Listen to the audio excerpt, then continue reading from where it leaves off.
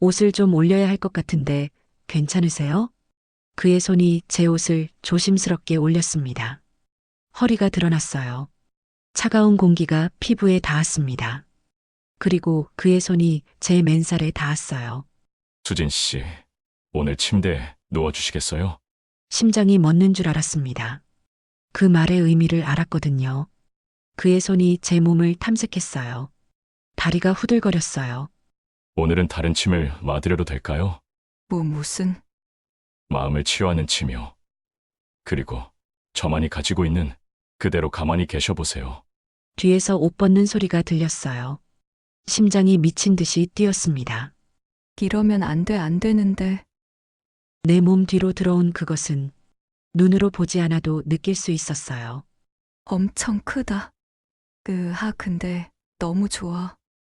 이번엔 더 뜨겁고 더 절실했습니다. 처음엔 어색했고 조금은 부담스러웠지만 결국은 선을 넘어 중독되어 버린 저는 이수진, 올해 47입니다. 지금부터 제가 들려드릴 이야기는 제 인생에서 가장 아름답고 동시에 가장 부끄러운 순간에 관한 것입니다. 40대 후반 자식들은 독립했고 남편과는 말이 끊긴 지 오래였죠. 그때 저는 어깨가 아팠어요. 아니, 어쩌면 어깨가 아닌 마음이 아팠는지도 모르겠습니다. 그리고 그 아픔을 치료한답시고 저는 절대 건드려서는 안 될 사람에게 손을 내밀었습니다. 제 오랜 친구의 남편에게요. 새벽 5시 반. 나는 어제도 그제도 그랬듯이 오늘도 어깨 통증 때문에 잠에서 깼습니다. 왼쪽 어깨가 바늘로 찌르듯 아팠어요. 팔을 들 수도 없고 뒤로 돌릴 수도 없었죠. 침대 옆 탁자에서 진통제를 꺼내 물과 함께 삼켰습니다. 옆에 누운 남편은 코를 골고 있었어요. 아니, 엄밀히 말하면 옆방에 누운 남편이 맞겠네요. 우리는 각방을 쓴 지 2년째였으니까요. 새벽 6시, 나는 부엌에서 혼자 커피를 내렸습니다. 텅 빈 식탁, 텅 빈 거실, 텅 빈 집. 아들 지훈이는 대학교 기숙사에서 생활한 지 3년째고 딸 지은이는 졸업 후 바로 취업하면서 독립했어요. 이제 이 넓은 아파트엔 저와 남편 단둘뿐입니다. 그런데 이상하게도 혼자 있을 때보다 남편과 둘이 있을 때가 더 외로웠어요. 7시, 남편 강민호가 세수를 하고 나왔습니다. 커피 마실래요? 제가 물었지만 대답은 없었어요. 그는 그저 고개를 끄덕이고는 신문을 펼쳤죠. 나는 익숙한 듯 커피를 따라 식탁에 누웠습니다. 고마워. 남편의 첫마디였어요. 그게 전부였습니다. 그는 신문을 보며 커피를 마셨고 저는 창밖을 보며 제 커피를 마셨어요. 말이 없는 아침 식사. 이것도 식사라고 할 수 있을까요? 8시 10분. 다녀올게. 남편이 현관문을 닫고 나갔어요. 나는 잘 다녀와요라고 대답했지만 남편은 이미 문을 닫은 뒤였습니다. 그 말을 들었을까요? 아니, 듣지 못했겠죠. 아니, 어쩌면 들어도 상관없는 말이었을지도 모릅니다. 우리 부부는 그렇게 무뎌져 있었으니까요. 사람들은 봄을 좋아하지만 저는 봄이 싫었어요. 모든 게 살아나는 계절인데 저만 죽어가는 것 같았거든요. 친구 경자에게 전화가 왔습니다. 수진아, 뭐해? 점심 먹을래? 오랜만에 반가운 목소리였어요. 박경자 25살 때 헬스클럽에서 만나 지금까지 20년 넘게 친구로 지낸 사이입니다. 결혼하고 아이 낳고 육아하면서도 우리는 한 달에 두세 번은 꼭 만났어요. 서로의 고민을 털어놓고 수다 떨고 웃는 시간. 그게 제 유일한 낙이었습니다. 역 앞 카페에 도착했을 때 경자는 이미 와 있었어요. 어머, 수진아. 밝게 웃으며 손을 흔드는 경자. 47살이지만 여전히 씩씩하고 늘 활기차 보이는 친구였습니다. 우리는 마주 앉았어요. 경자는 메뉴판을 펼치며 물었습니다. 너는 왜 안 늙어 너무 예쁘다. 야, 애들은 잘 지내고. 지훈이는 기말고사 기간이라고 바쁘대. 지은이는 회사 적응한다고 정신없고. 그래, 우리 아들도 그래. 직장 생활 힘들다고 매일 전화해. 경자는 25살 된 아들과 21살 딸을 둔 엄마였어요. 주문을 하고 커피가 나왔습니다. 경자가 제 얼굴을 유심히 보더니 물었어요. 근데 수진아, 안색이 안 좋아 보여. 무슨 일 있어? 아, 그게 요즘 어깨가 너무 아파서. 나는 왼쪽 어깨를 만지며 말했습니다. 50견인가 봐. 팔도 못 올리겠고 밤에 자다가 아파서 깨. 헐, 진짜? 그거 제대로 안 치료하면 오래 가는데. 경자가 걱정스러운 표정을 지었어요. 병원은 갔어? 응, 정형외과 갔었는데 물리치료 받으라고만 하더라. 근데 별로 효과가 없어? 그럼 우리 남편한테 가봐. 응? 준호 씨? 응. 우리 남편 한의원 하잖아. 침 진짜 잘 나. 50견에는 침이 제일 좋대. 경자의 남편 김준호. 53 한의사였습니다. 경자와 결혼한 지 26년째인 그는 10년 전부터 동네에서 작은 한의원을 운영하고 있었어요. 저도 몇 번 본 적이 있었죠. 결혼식 때, 경자네 집 들일 때, 그리고 가끔 모임에서 조용하고 말수적은 사람이라는 인상이었습니다. 근데 괜찮을까? 너희 남편이 바쁘실 텐데. 무슨 소리야? 바빠도 당연히 괜찮지.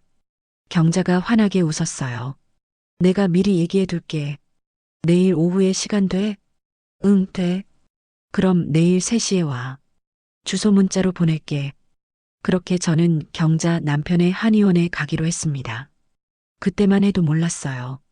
그 결정이 제 인생을 송두리째 바꿔놓을 거라는 걸. 파스타를 먹으면서도 어깨가 계속 쑤셨습니다. 경자는 신나게 수다를 떨었지만 저는 반쯤은 딴 생각을 하고 있었어요. 한의원, 침, 효과가 있을까? 사실 기대보다는 반신반의하는 마음이 컸습니다. 하지만 지푸라기라도 잡는 심정이었어요. 이 통증만 없어진다면 뭐든 해볼 생각이었죠. 경자와 헤어져 집으로 돌아왔습니다. 텅 빈 집. 또다시 혼자였어요. 소파에 앉아 TV를 켰지만 무슨 내용인지 들어오지 않았습니다. 그저 시간을 때우기 위한 소음일 뿐이었죠. 저녁 6시. 남편이 퇴근했어요. 나왔어. 응. 짧은 대화. 남편은 방으로 들어가 옷을 갈아입었고 저는 데워둔 저녁을 차렸습니다. 식탁에 마주 앉았지만 대화는 없었어요. TV 소리만 거실에 울려 퍼졌습니다. 내일 한의원 가려고. 식사를 마칠 때쯤 제가 말했어요. 왜? 어깨 아파서. 경자 남편이 한의사래. 그래 다녀와. 그게 끝이었습니다. 더 묻지도 관심을 보이지도 않았어요. 남편은 자기 방으로 들어갔고 저는 제 방에 누웠습니다. 어깨가 또 쑤셨어요. 진통제를 먹었지만 효과는 미미했습니다. 천장을 바라보며 생각했어요. 내일 침 맞으면 좀 나아질까? 그리고 문득 김준호 원장의 얼굴이 떠올랐습니다. 조용하고 차분해 보이던 그 사람. 경자 옆에서 늘 미소만 짓던 그 사람. 별로 인상 깊은 사람은 아니었는데 그렇게 생각하며 잠이 들었습니다. 다음날 제 운명이 바뀔 줄은 꿈에도 모른 채 다음날 오후 2시 반. 나는 평소보다 조금 신경 써서 옷을 입었습니다. 검은색 니트에 베이지색 슬랙스. 화장도 평소보다 조금 진하게 했어요. 왜 이러지? 그냥 병원 가는 건데. 큰 뜻은 없었어요. 아마 초라해 보이고 싶지 않았나 봐요. 그냥 오랜만에 외출하는 거라고, 그래서 기분 전환 삼아 꾸며본 거라고 스스로를 설득했죠. 하늘한 의원이라는 간판이 보였습니다. 작은 2층 건물의 1층에 자리한 아담한 한의원이었어요. 유리문을 밀고 들어서자 은은한 한약 냄새가 났습니다. 어서 오세요. 젊은 여자 직원이 밝게 인사했어요. 예약하신 분이시죠? 이수진님? 네, 맞습니다. 원장님께서 기다리고 계세요. 이쪽으로 오세요. 직원의 안내를 따라 진료실로 들어갔습니다. 그리고 그분을 다시 만났어요. 김준호 원장. 하얀 가운을 입은 그는 일어나서 저를 맞이했습니다. 어서 오세요, 수진 씨. 경자한테 얘기 들었어요. 안녕하세요, 원장님. 편하게 앉으세요. 많이 불편하시죠? 그의 목소리는 차분하고 따뜻했습니다. 왠지 모르게 마음이 편안해지는 느낌이었어요. 진료 의자에 앉자 그가 물었습니다. 언제부터 아프셨어요? 석 달 정도 된 것 같아요. 처음엔 좀 뻐근한 정도였는데 요즘은 밤에 자다가 깰 정도로 아파요. 팔은 어디까지 올라가세요? 나는 팔을 들어 보였어요. 어깨 높이까지도 올라가지 않았습니다. 많이 힘드셨겠어요.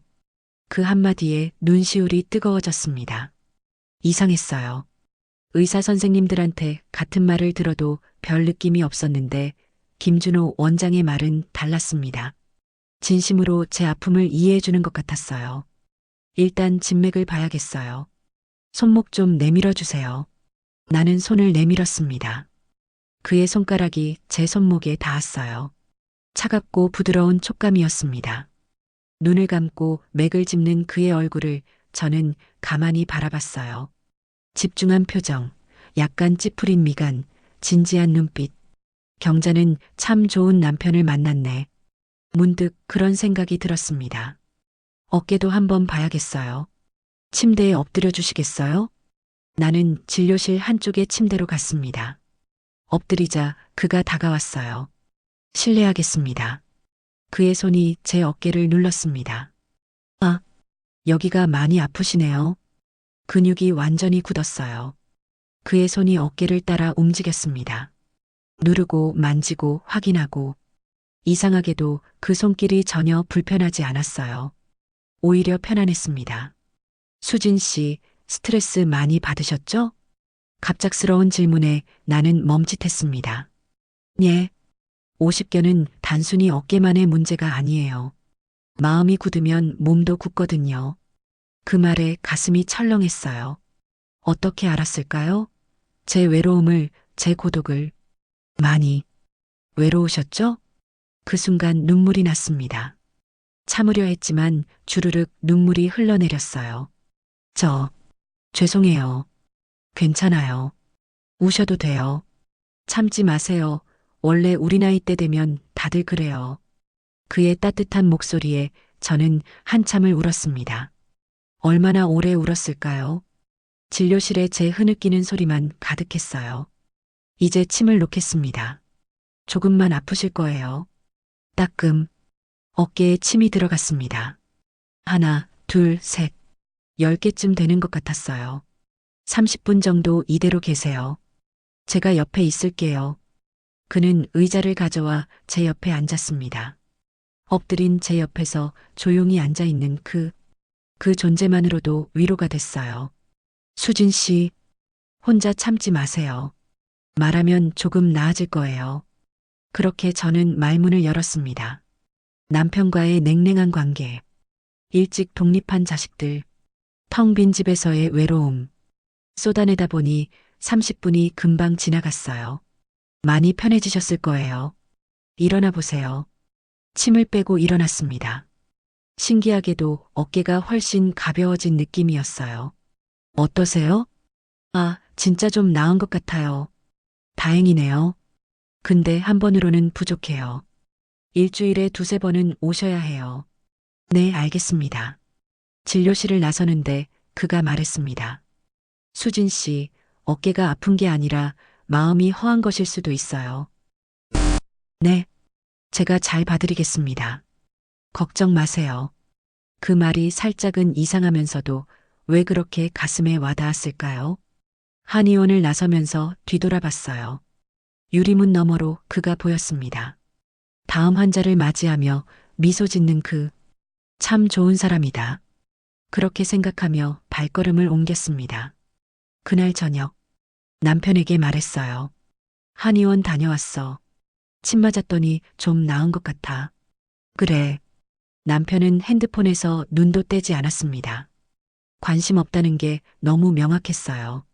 그 순간 문득 김준호 원장의 목소리가 떠올랐습니다. 왜일까요?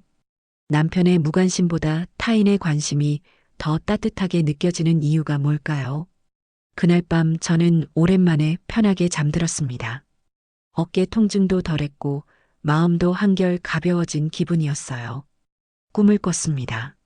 누군가 제 어깨를 부드럽게 쓰다듬어주는 꿈. 따뜻하고 편안한 꿈이었어요. 그 후로 저는 일주일에 2번씩 한의원을 찾았습니다. 어느새 그 시간이 제 일주일에서 가장 기다려지는 순간이 됐어요. 2번째 방문. 오늘은 좀 어때요? 많이 좋아진 것 같아요. 다행이네요. 오늘은 등 쪽에도 침을 놓아볼게요. 침을 맞으며 우리는 이야기를 나눴습니다. 경자가 말하더라고요. 수진 씨 요즘 표정이 밝아졌다고. 정말요? 네. 저도 그렇게 느껴요. 첫날보다 훨씬 편해 보이세요. 그 말에 얼굴이 화끈거렸어요. 3번째 방문. 오늘은 차 한잔 하실래요? 침 효과가 더 좋아질 거예요. 진료가 끝난 후 그는 작은 탁자에 차를 내왔습니다. 국화차였어요. 몸을 따뜻하게 해주는 차예요. 우리는 마주 앉아 차를 마셨습니다. 수진 씨는 취미가 뭐예요? 취미요? 특별한 건 없어요. 요즘은 그냥 말끝을 흐렸어요. 취미라고 할 만한 게 없었거든요. 그럼 하나 만들어 보시는 게 어때요? 사람은 뭔가에 몰두할 때 가장 행복하거든요. 원장님은 취미가 뭐예요? 저요? 저는 서예를 좋아해요. 붓으로 글씨 쓸 때가 제일 마음이 편해요. 멋지네요. 수진 씨도 해보시겠어요? 제가 가르쳐 드릴게요. 그렇게 서예 이야기로 1시간이 훌쩍 갔습니다. 4번째 방문. 이번에는 제가 먼저 물었어요. 원장님, 결혼 생활은 어때요? 순간 그의 표정이 굳었습니다. 왜요, 갑자기? 아니, 그냥 경자랑 잘 지내시는 것 같아서요. 글쎄요. 뭐 나쁘진 않죠. 그의 대답은 애매했습니다. 우리는 한동안 말없이 차만 마셨습니다. 공기가 묘하게 무거워졌어요. 수진 씨, 오늘 옷 새로 샀어요? 어떻게 알았어요? 색깔이 달라 보여서요. 잘 어울려요. 그 말에 얼굴이 빨개졌습니다. 사실 한의원 오기 전에 백화점에 들러 새 원피스를 샀거든요. 연한 분홍색, 봄 느낌 나는 원피스였어요. 왜 샀지? 누구한테 보여주려고? 스스로에게 물었지만 대답하고 싶지 않았습니다. 감사합니다. 아니, 진짜예요. 수진 씨는 경자랑 친구인데도 정말 달라요. 뭐가요? 경자는 좀 털털하잖아요. 근데 수진 씨는 우아하고 차분해요. 나이도 안 들어 보여요. 47이라고 했죠? 30대 같아요. 심장이 두근거렸습니다. 오랜만에 듣는 칭찬이었어요. 아니, 남편한테는 들어본 적도 없는 말이었습니다. 오늘은 어깨 말고 허리도 좀 봐야겠어요. 허리요?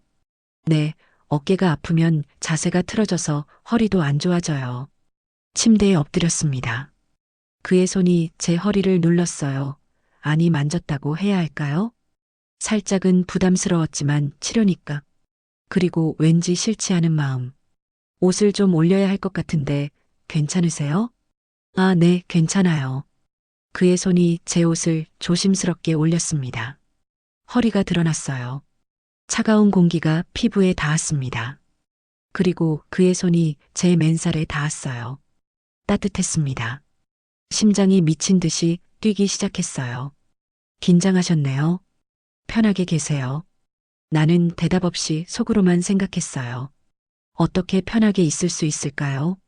당신 손이 내 살갗을 만지고 있는데 침이 들어갔습니다. 허리에, 옆구리에. 그의 손길이 제 몸을 따라 움직였어요. 이건 치료야. 진료일 뿐이야. 스스로에게 되뇌었지만 소용없었습니다. 제 몸은 정직하게 반응하고 있었거든요. 다 됐어요. 20분만 계세요. 그가 제 옆에 앉았습니다. 엎드린 채로 저는 그를 흘끔 쳐다봤어요. 그도 저를 보고 있었습니다. 눈이 마주쳤어요. 심장이 터질 것 같았습니다. 수진 씨, 요즘 많이 밝아지셨어요. 침 덕분인가 봐요. 침 때문만은 아닐 거예요. 그가 잠시 망설이더니 말했습니다. 여기 오시는 게 즐거우신 것 같아서요. 네. 여기 오는 게 기다려지긴 해요. 저도 수진 씨 오시는 날이 기다려져요. 그 고백에 숨이 멎는 것 같았습니다. 원장님, 미안해요. 이상한 말 한 것 같네요. 침묵이 흘렀습니다. 진료실엔 우리 둘의 숨소리만 들렸어요. 위험한 침묵이었습니다. 20분이 지나고 침을 뺐어요. 그의 손이 평소보다 조금 떨리는 것 같았습니다. 아니, 제 착각일까요? 다음 주 화요일에 또 뵐게요. 네. 조심히 들어가세요. 한의원을 나서는데 뒤돌아봤습니다. 그도 저를 보고 있었어요. 유리문 너머로 우리의 시선이 다시 한번 마주쳤습니다. 그날 저녁, 거울을 봤어요. 거기엔 낯선 여자가 있었습니다. 볼이 발그레하고 눈이 반짝이고 입가에 미소가 머무는 여자. 나, 왜 이러지? 알고 있었어요. 제가 위험한 감정에 빠져들고 있다는 걸. 하지만 멈출 수가 없었습니다. 이 설렘이, 이 두근거림이 너무 좋았거든요. 살아있다는 느낌, 여자로서 존재한다는 느낌. 오랜만이었어요. 며칠 후 한의원에 도착했는데 직원이 말했습니다. 오늘은 원장님이 외부 진료가 있으셔서요. 대신 다른 선생님이. 아, 그럼 다음에 올게요. 나는 돌아섰습니다. 진료를 받으러 온 게 아니었어요. 그를 만나러 온 거였으니까요. 집으로 돌아와 소파에 앉았습니다. 휴대폰을 봤어요. 한의원 명함에 적힌 번호가 있었습니다. 전화, 해볼까? 손가락이 떨렸어요. 결국 전화하지 못했습니다. 대신 문자를 보냈어요. 오늘 외부 진료 있으시다고 해서 그냥 왔어요. 다음 주에 뵐게요. 3분 후 휴대폰이 울렸습니다. 죄송해요. 갑자기 일이 생겨서 내일 시간 되시면 오시겠어요? 특별히 시간 내드릴게요. 내일은 수요일이었어요. 원래 진료 날이 아니었습니다. 네, 좋아요. 답장을 보내고 나니 가슴이 두근거렸습니다. 특별히 시간을 낸다고 했어. 그것도 저를 위해서. 수요일 오후 3시. 한의원은 한산했어요. 어서 오세요, 수진 씨. 그가 활짝 웃으며 맞이했습니다. 오늘은 환자가 별로 없네요. 네, 수요일은 원래 한가해요. 그래서 수진 씨 모시기 좋은 날이죠. 그 말에 얼굴이 화끈거렸습니다. 진료실로 들어갔어요.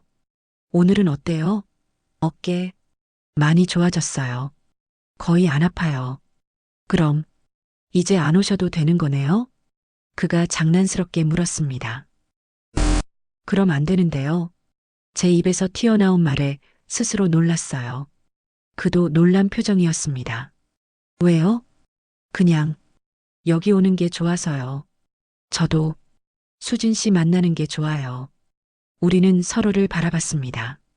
공기가 달라졌어요. 팽팽하고 뜨겁고 위험한 공기.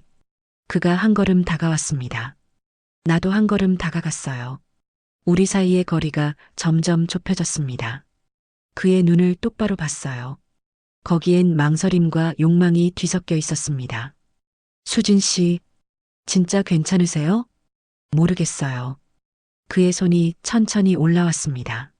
제 뺨을 감싸 안았어요. 따뜻하고 부드러운 손이었습니다. 심장이 터질 듯 뛰었어요. 저 미칠 것 같아요.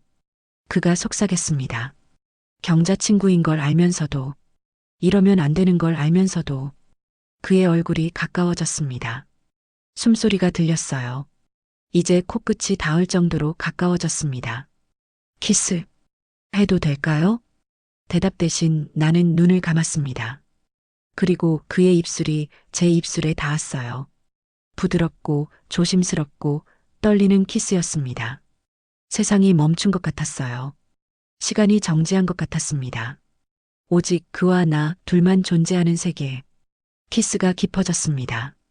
그의 팔이 제 허리를 감았어요. 나도 그의 목을 감쪽같이 껴안았습니다.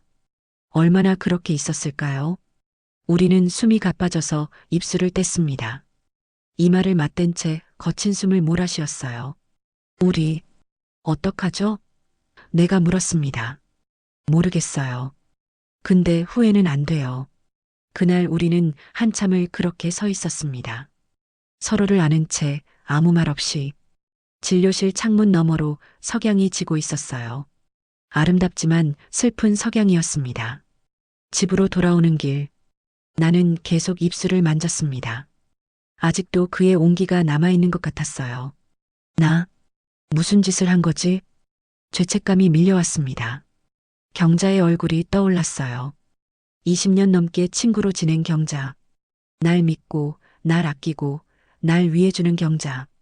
그 친구의 남편과 키스를 했다니. 신음이 나왔습니다. 하지만 동시에 가슴은 두근거렸어요. 그와의 키스가 계속 생각났습니다. 부드러웠던 그의 입술, 따뜻했던 그의 체온, 떨렸던 그의 숨소리. 집에 도착했을 때 남편은 아직 퇴근 전이었어요. 거울을 봤습니다. 입술이 붉게 부어 있었어요. 황급히 립스틱을 다시 발랐습니다. 증거를 지우듯이 저녁 7시 남편이 돌아왔습니다. 다녀왔어. 응. 평소와 똑같은 인사였어요. 하지만 저는 달랐습니다. 죄책감에 남편을 똑바로 보지 못했어요. 식탁에 마주 앉았습니다. 남편은 TV를 보며 밥을 먹었어요. 저는 그저 밥을 입에 넣고 씹었습니다. 아무 맛도 느껴지지 않았어요. 나, 이러면 안 되는데, 스스로를 책망했습니다. 하지만 휴대폰이 울렸을 때 제 손은 재빠르게 움직였어요. 김준호 원장의 메시지였습니다. 집에 잘 들어가셨어요? 네. 오늘 정말 미안해요. 아니에요. 저도 언제 다시 볼 수 있을까요? 손가락이 떨렸습니다. 금요일에요. 원래 진료 날이잖아요. 그때까지 기다려야 하나요? 내일. 시간 되세요? 심장이 쿵쾅거렸어요. 이성은 안 된다고 소리쳤지만 손가락은 이미 답장을 쓰고 있었습니다. 네, 돼요. 목요일 오후 3시. 나는 또다시 한의원 앞에 서 있었습니다. 어제 왔는데 오늘 또 왔어요. 이제 핑계도 필요 없었습니다. 그를 만나고 싶어서 왔다는 걸 스스로 인정했으니까요. 한의원 문을 열었어요. 어서 오세요. 직원이 인사했습니다. 원장님께서 기다리고 계세요. 바로 들어가세요. 진료실 문을 열었습니다. 그가 서 있었어요. 우리의 눈이 마주쳤습니다. 왔어요. 네. 어색한 침묵이 흘렀어요. 어제 키스를 나눈 사이인데 오히려 더 어색했습니다. 오늘은 환자 없어요? 네. 오후 진료 없다고 공지했어요. 왜요? 수진 씨 때문에. 그 말에 가슴이 철렁했습니다. 저 때문에? 네. 방해받고 싶지 않았어요. 그가 다가왔습니다. 천천히 조심스럽게. 어제 후회했어요? 아니요. 그의 손이 제 손을 잡았습니다. 수진 씨, 솔직히 말해도 될까요? 당신이 자꾸 생각나요. 잠도 못 잤어요. 저도 이러면 안 되는 거 알아요. 당신은 경자 친구고 저는 경자 남편이고 알아요. 근데 멈출 수가 없어요. 이미 늦었어요. 그가 제 얼굴을 두 손으로 감쌌습니다. 수진 씨, 당신이 좋아요. 눈물이 났습니다. 저도 원장님이 좋아요. 우리는 다시 키스했습니다. 어제보다 더 깊고 더 간절한 키스였어요. 그의 손이 제 허리를 감았고 제 손은 그의 등을 쓸어내렸습니다. 숨이 가빠졌어요. 수진 씨, 오늘 침대에 누워주시겠어요? 심장이 멎는 줄 알았습니다. 그 말의 의미를 알았거든요. 네. 나는 침대로 걸어갔습니다. 다리가 후들거렸어요. 엎드렸습니다. 그가 다가와 제 옆에 섰어요. 오늘은 상의를 좀 벗어주셔야 할 것 같아요. 손이 떨렸지만 나는 상의를 벗었습니다. 속옷만 걸친 채 엎드려 있었어요. 그의 손이 제 등에 닿았습니다. 따뜻하고 부드러운 손길이었어요. 긴장하셨네요. 네. 편하게 계세요. 그의 손이 제 등을 따라 천천히 움직였습니다. 어깨, 등, 허리. 마사지를 하는 것 같았지만 아니었어요. 애무였습니다. 수진 씨, 몸이 참 아름다워요. 나이가 안 믿겨요. 어떻게 이렇게 예쁠 수가. 그의 손이 허리에 머물렀습니다. 저번에 말씀드렸죠? 마음이 허한 것일 수 있다고. 네. 다른 침을 놔드려도 될까요? 무슨? 마음을 치료하는 침이요. 그리고 저만이 가지고 있는. 그의 목소리가 낮게 깔렸습니다. 그대로 가만히 계셔보세요. 뒤에서 옷 벗는 소리가 들렸어요. 심장이 미친 듯이 뛰었습니다. 이러면 안 돼. 안 되는데. 머리로는 알고 있었어요. 하지만 몸은 움직이지 않았습니다. 침대가 살짝 꺼졌어요. 그가 침대 위로 올라온 거였습니다. 수진 씨, 그의 손이 제 몸을 돌렸습니다. 이제 우리는 마주보고 누워 있었어요. 그의 상체가 드러나 있었습니다. 이러면 안 되는 거 알아요. 하지만 참을 수가 없어요. 그가 제게로 몸을 숙였습니다. 입술이 다시 닿았어요. 이번엔 더 뜨겁고 더 절실했습니다. 그의 손이 제 몸을 탐색했어요. 나도 그를 끌어안았습니다. 준호 씨, 처음으로 이름을 불렀습니다. 수진 씨, 제가 미쳤나 봐요. 아내 친구인 걸 알면서도 저도 미쳤어요. 우리는 서로를 더 깊이 껴안았습니다. 그의 입술이 제 목을 타고 내려갔어요. 쇄골, 어깨, 더 아래로. 아, 신음이 새어나왔습니다. 수진 씨, 오늘 한 번만 허락해 줄 수 있나요? 그의 간절한 목소리, 떨리는 눈빛. 나는 대답 대신 그를 더 꽉 끌어안았습니다. 그것이 내 대답이었어요. 시간이 얼마나 흘렀을까요? 우리는 나란히 누워 천장을 바라보고 있었습니다. 침대 시트는 흐트러져 있었고 우리의 숨소리만 진료실에 가득했어요. 우리, 어떡하죠? 내가 먼저 입을 열었습니다. 준호가 제 손을 꼭 잡았어요. 모르겠어요. 수진 씨, 당신한테 빠진 것 같아요. 그가 몸을 돌려 나를 봤습니다. 처음엔 그냥 경자 친구라서 잘해주고 싶었어요. 근데 자꾸 보니까 당신이 너무 외로워 보였어요. 저처럼. 준호 씨도 외로웠어요? 네. 경자는 좋은 사람이에요. 근데 그가 말끝을 흐렸습니다. 감정적인 교감이 없어요.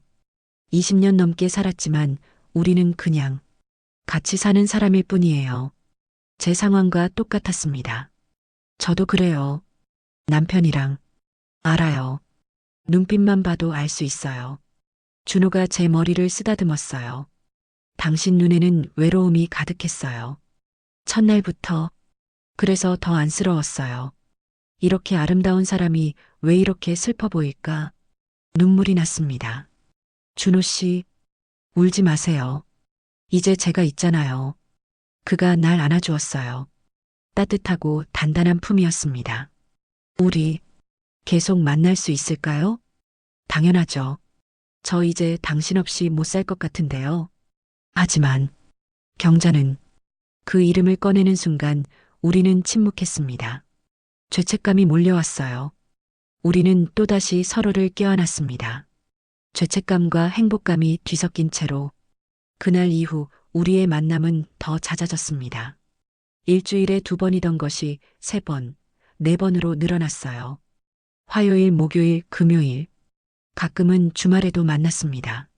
침 맞으러 간다는 핑계는 이제 자연스러웠어요. 남편은 묻지도 않았습니다. 또 가? 한 번은 이렇게 물었지만 그뿐이었어요.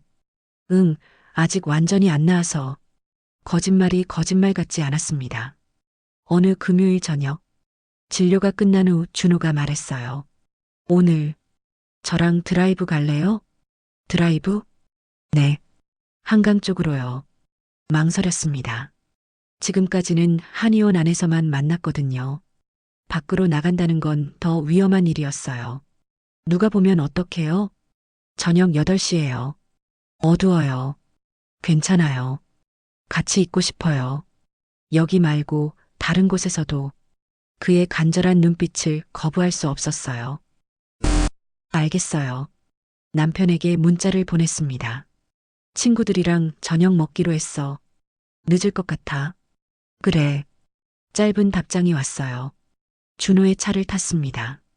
검은색 세단이었어요. 한강 쪽으로 달렸습니다. 차 안은 조용했어요. 라디오에서 잔잔한 음악이 흘러나왔습니다. 준호가 제 손을 잡았어요. 한강변 주차장에 차를 세웠습니다. 강물이 반짝였어요. 우리는 차 안에서 강을 바라봤습니다. 수진 씨, 당신이 내 아내였으면 좋겠어요. 매일 아침 당신 눈 뜨는 얼굴 보고 매일 밤 당신 안고 자고 당신은 정말 아름다워요. 계속 보고 싶고 안고 싶어요. 눈물이 났습니다. 저도 당신 같은 사람을 남편으로 만났다면 왜 우리는 이제 만났을까요? 우리는 서로를 안고 울었습니다. 이루어질 수 없는 사랑에 대한 슬픔. 다음 주 화요일 한의원에 갔을 때 경자가 있었어요. 수진아. 경자야. 왜 여기 있어? 오늘 우리 남편 일 좀 도와주러 왔어. 너 침 맞으러 왔어? 응. 죄책감이 밀려왔습니다.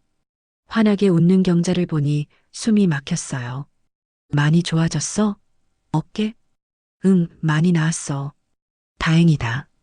우리 남편 솜씨 좋지? 응.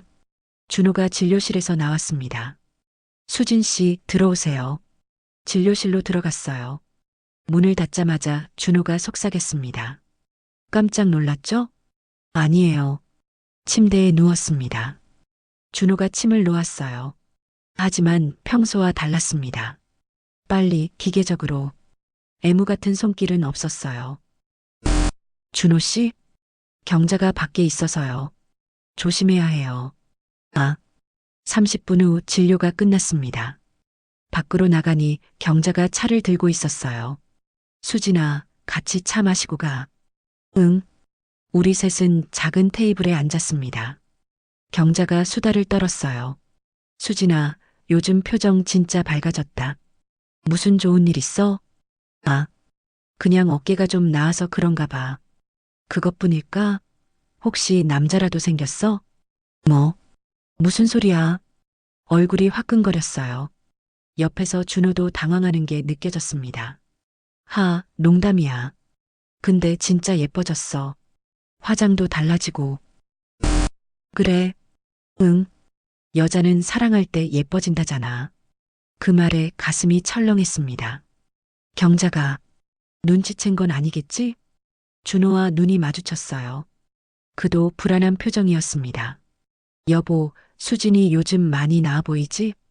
경자가 준호에게 물었어요. 응, 그런가. 난 잘 모르겠어.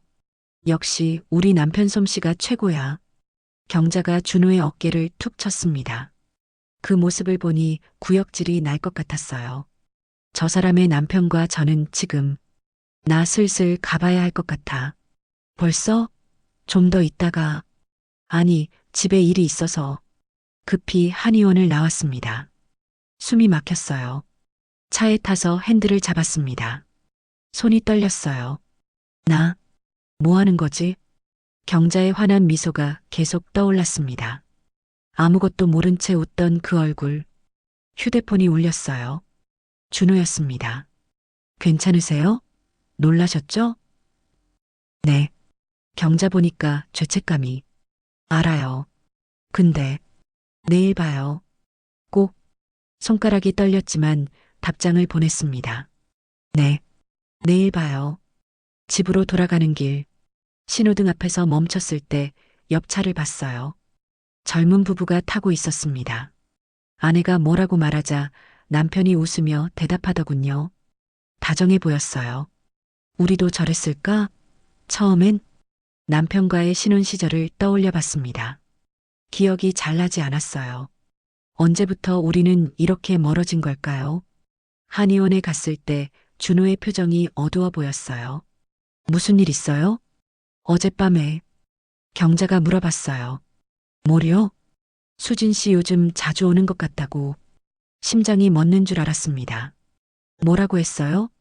치료가 아직 끝나지 않았다고 했어요. 50견은 시간이 걸린다고 의심했어요? 아니요. 오히려 좋아했어요. 친구 치료 잘해줘서 고맙다고. 준호가 한숨을 쉬었어요. 그 말 들으니까 더 죄책감 들더라고요. 수진 씨, 우리 어떻게 해야 할까요? 침대에 앉아 서로를 바라봤습니다. 대답할 수 없는 질문이었어요. 그만 만날까요? 내가 먼저 말했습니다. 정말요? 우리 이러면 안 돼요. 경자한테도, 남편한테도, 우리 자신한테도. 알아요. 준호 씨는 경자 남편이고 저는 경자 친구예요. 이건 너무 큰 배신이에요. 준호가 고개를 떨궜습니다. 알아요. 다 알아요. 근데 당신 없으면 못 살 것 같아요. 그가 제 손을 잡았습니다. 결국 우리는 또다시 서로를 끌어안았어요. 그만두자고 말하면서도 놓을 수 없었습니다. 중독이었어요. 외로움의 늪에서 서로가 유일한 구원이었으니까요. 그 후로도 우리는 계속 만났습니다. 더 조심스럽게, 더 은밀하게. 한의원이 위험하다고 판단한 우리는 다른 장소를 찾았어요. 조용한 모텔, 한강변 주차장, 아무도 모르는 카페. 만남이 계속될수록 불안감은 커져갔어요. 행동은 그 반대로 더 과감해졌지만 들키면 어떡하죠? 경자는 무너질 거예요. 26년 결혼 생활이 한순간에 제 남편도 아니 어쩌면 남편은 별로 신경 안 쓸 수도 있어요. 정말요? 우리 무관심한 거 알잖아요. 이혼하자고 해도 그냥 알겠다고 할 것 같아요. 준호가 제 손을 꼭 잡았어요. 그럼 우리 이혼하고 다시 시작할까요? 심장이 뛰었습니다. 진심이에요? 네. 저 당신이랑 제대로 살고 싶어요. 하지만 경자한테는 제가 잘못했다고 할게요. 이혼해달라고. 말도 안 돼요. 저는 자신 없어요. 경자는 제일 소중한 친구인데. 준호가 머리를 감싸주었어요. 그냥 이렇게 만나는 수밖에 없어요. 비밀로. 결국 우리는 제자리였습니다. 헤어지지도 제대로 시작하지도 못하는 어정쩡한 관계. 하지만 언젠가는 결단을 해야 된다고 생각했어요. 그날 이후 며칠간 준호를 만나지 않았습니다. 연락도 하지 않았어요. 준호에게서도 연락이 없었습니다. 우리 둘 다 알고 있었던 것 같아요. 이제 끝낼 때가 됐다는 걸. 일주일이 지났습니다. 휴대폰이 울렸어요. 경자였습니다. 수진아, 나 백화점 가는데 같이 갈래? 응, 좋아. 오랜만에 경자를 만났습니다. 수진아, 왜 이렇게 야윈 거야? 그래, 별로 안 야윈 것 같은데. 아니야, 확실히 야윈 것 같아. 어디 아파? 아니, 괜찮아. 백화점을 돌아다니며 쇼핑을 했어요. 경자는 신나게 옷을 골랐습니다. 이거 어때? 우리 남편 생일 선물로. 좋은데? 다음 달이 생일이거든. 미리 준비하려고. 경자가 남편 셔츠를 고르는 모습을 봤어요. 행복해 보였습니다. 가슴이 아팠어요. 경자야. 응? 준호 씨랑 잘 지내? 응? 갑자기 왜? 그냥 궁금해서. 뭐 그냥 그렇지. 26년째니까. 경자가 웃었어요. 사랑하나? 사랑? 글쎄, 사랑이 뭔지 모르겠어. 그냥 익숙한 것 같아. 근데 없으면 안 될 것 같아. 공기 같은 사람이랄까? 경자의 말에 눈물이 날 것 같았습니다. 수진아, 너 진짜 왜 그래? 무슨 일 있어? 아니야. 아무것도. 쇼핑을 마치고 카페에 앉았어요. 커피를 마시며 경자가 물었습니다. 수진아, 솔직히 말해봐. 무슨 고민 있지?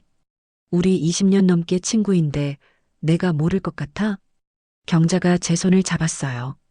말해봐. 뭐가 힘들어? 눈물이 났습니다. 경자야. 미안해. 왜? 뭐가 미안한데? 나 너한테 정말 미안해. 무슨 소리야? 무슨 일인데? 말할 수 없었어요. 어떻게 말해요? 내 남편과 나는 지금 아니야. 아무것도 아니야. 수진아, 그냥 너무 좋은 친구를 둬서 미안하고 고마워서 그래. 거짓말이었어요. 하지만 진실을 말할 수 없었습니다. 경자가 날 안아주었어요. 바보, 우리 친구잖아. 당연한 거지. 그 품에서 한참을 울었습니다. 그날 밤 집으로 돌아와 침대에 누웠어요. 휴대폰을 봤습니다. 준호에게 문자를 보냈어요. 우리 이제 그만 만나요. 한참 후에 답장이 왔습니다. 알겠어요. 이러면 안 돼요. 경자한테도 우리한테도 알아요. 저도 알아요. 미안해요, 준호 씨. 저야말로 미안해요, 수진 씨.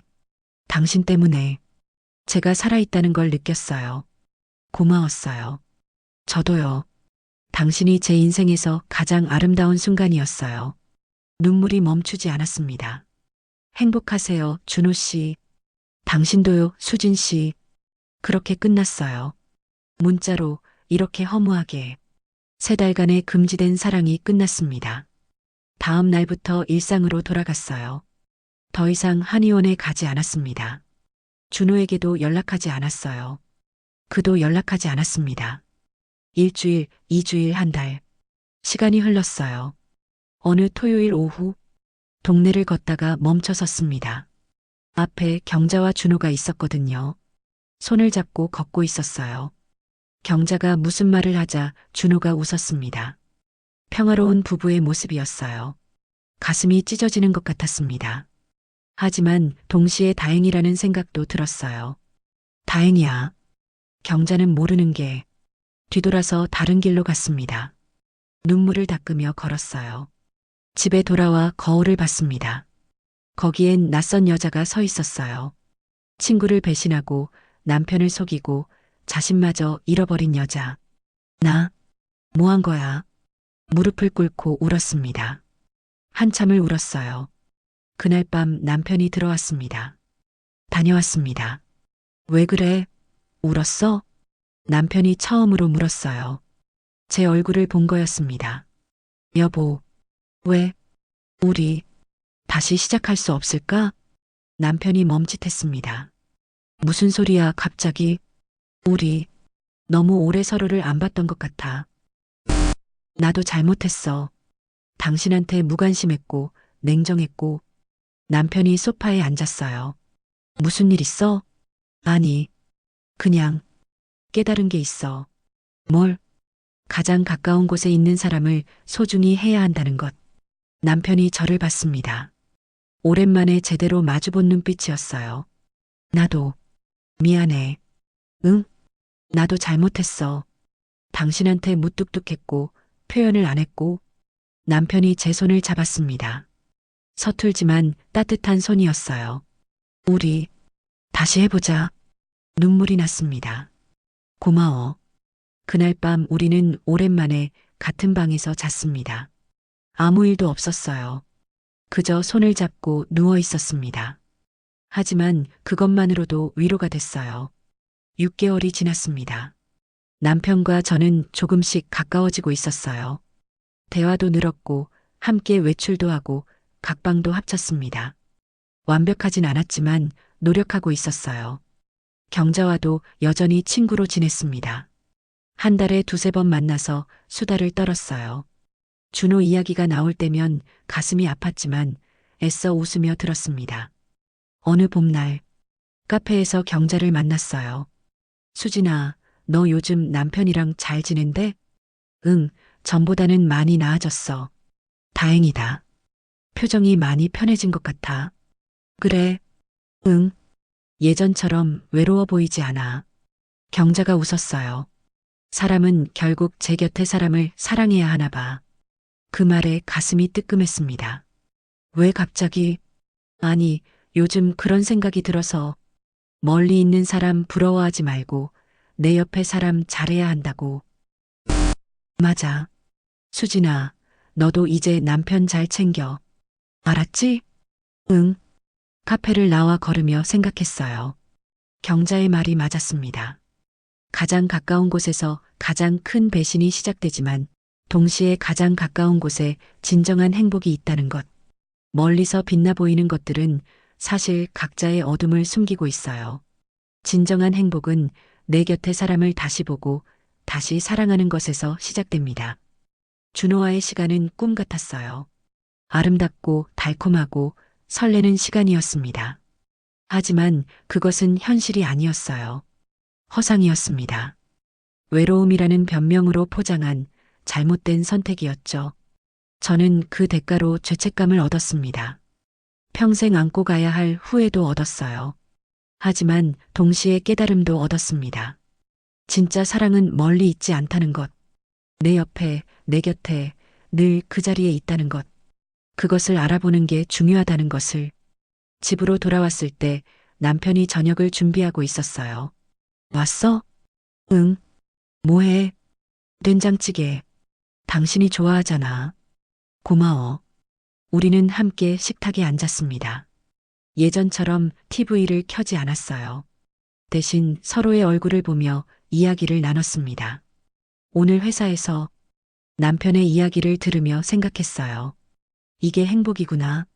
화려하지 않고 극적이지 않지만 평범하고 따뜻한 일상. 이것이 진짜 행복이구나. 창밖으로 벚꽃이 흩날리고 있었습니다. 늦은 봄날이었어요. 저도 늦었지만 이제야 봄을 맞이하는 것 같았습니다. 진짜 봄을. 가장 가까운 곳에서 가장 큰 배신이 시작된다. 하지만 가장 가까운 곳에 진정한 행복도 있다. 외로움은 변명이 될 수 없고 순간의 위로는 평생의 후회를 남긴다.